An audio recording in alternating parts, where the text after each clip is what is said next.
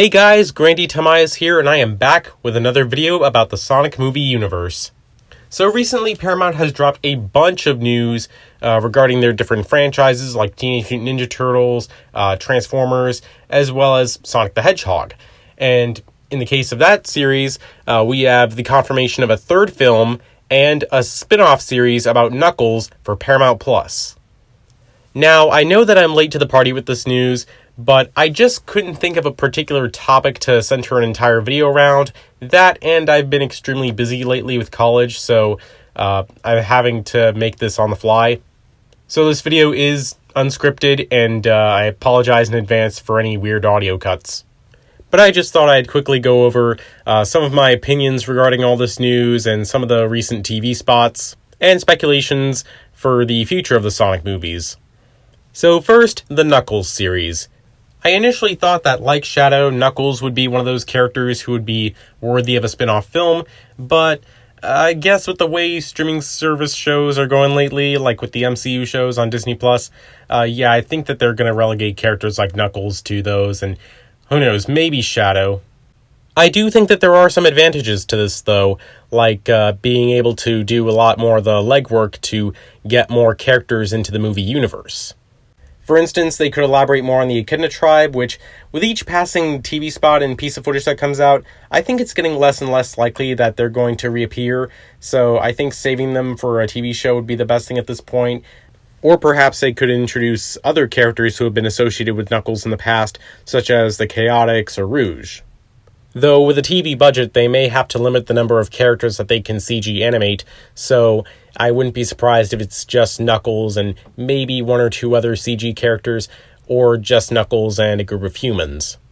While I'm still on the topic of Knuckles and his clan, yes, I know it seems like I bring them up every single video, in the first trailer, there's that scene where Sonic says, "Face it, you're never gonna get my power." And of course, Knuckles does the completely badass line, "Do I look like I need your power?"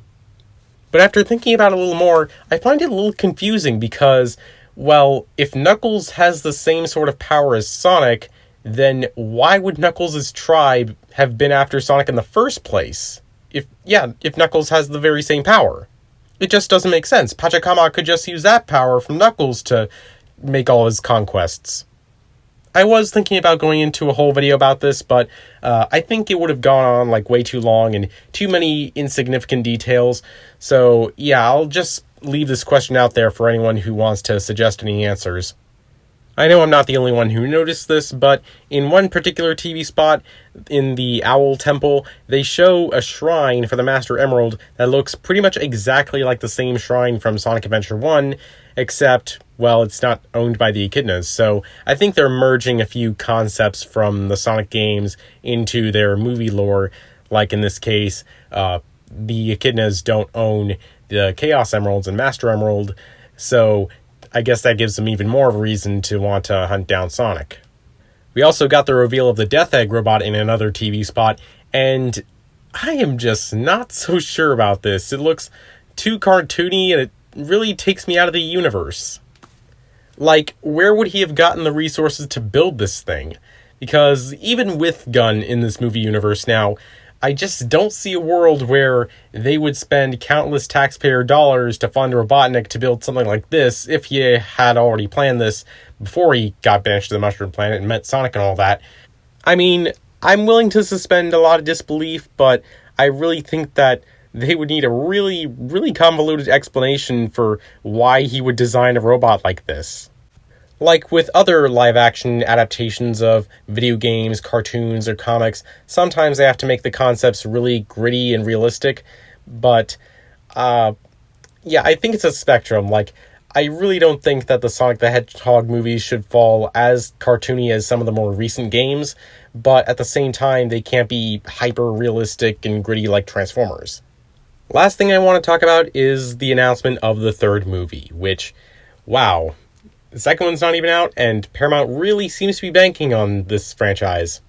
We even got a logo for it, and people are immediately thinking of one of two things. The red 3 means either Shadow or the glowing red eyes of Metal Sonic. Both seem pretty likely, and considering how this movie is combining the introduction of Knuckles as well as the Death Egg robot, I think they could combine certain elements, like maybe Metal Sonic will be the ultimate villain at the end that Sonic and Shadow will have to fight, maybe, or Chaos or something like that. So, like, instead of adapting each game as their own movie, they pick and choose certain elements from certain games and, I guess, throw them all into one movie. And I guess, theoretically, that'd be a good way to quickly get everything that people want into the Sonic movie universe. But at the same time, it is kind of risky. And, yeah, I think it could really hinder the story, which is one of the advantages I was talking about with the TV series, like with Knuckles. Like, they could take more time to develop those certain concepts and properly, thoroughly flesh them out as part of the movie universe, just even though they're not actually movies. Like, one example that I think would be a real challenge to get into the movie universe is, I was talking with a friend about this last night, how, like, if they were to introduce Shadow, they probably would introduce Rouge as well, since they both appeared in Sonic Adventure 2. And if they wanted to introduce the full Dark Team, they would need Omega, but that would require elaborating on the E100 series, which would require elaborating on Gamma, which would, I guess, probably require a Sonic Adventure-ish related storyline. Like, don't get me wrong, I would love a shot-for-shot remake of Sonic Adventure as a movie, with all those cool concepts like Chaos, the Echidnas, the E100 series, hell, even Big the Cat. But at the same time, I do recognize that the movies are kind of going in their own direction, and they will have to radically reinvent certain concepts, which I'm totally open to the idea of. It's just that the execution may or may not worry me. It really depends. We'll just have to wait and see. Aside from that, I really don't have much else to say. I guess there's probably going to be another trailer soon, since we're near the end of February, and the movie's coming out early April. At this point, I am trying to keep my expectations lower, similar to what Dr. Robotnik said. Expect not to expect anything, so it doesn't count. Anyway, that's all I got to say for now, so feel free to let me know in the comments, what are your thoughts towards all these movie announcements? Are you excited for Sonic the Hedgehog 2, The Knuckles Show, Sonic 3, all that? Don't forget that you're also welcome to leave a like and subscribe, and doing so will definitely help out the channel. You can also follow me on Twitter and Discord, which are linked in the description. With all that said, I hope you enjoyed, have a nice day, and thank you for your time.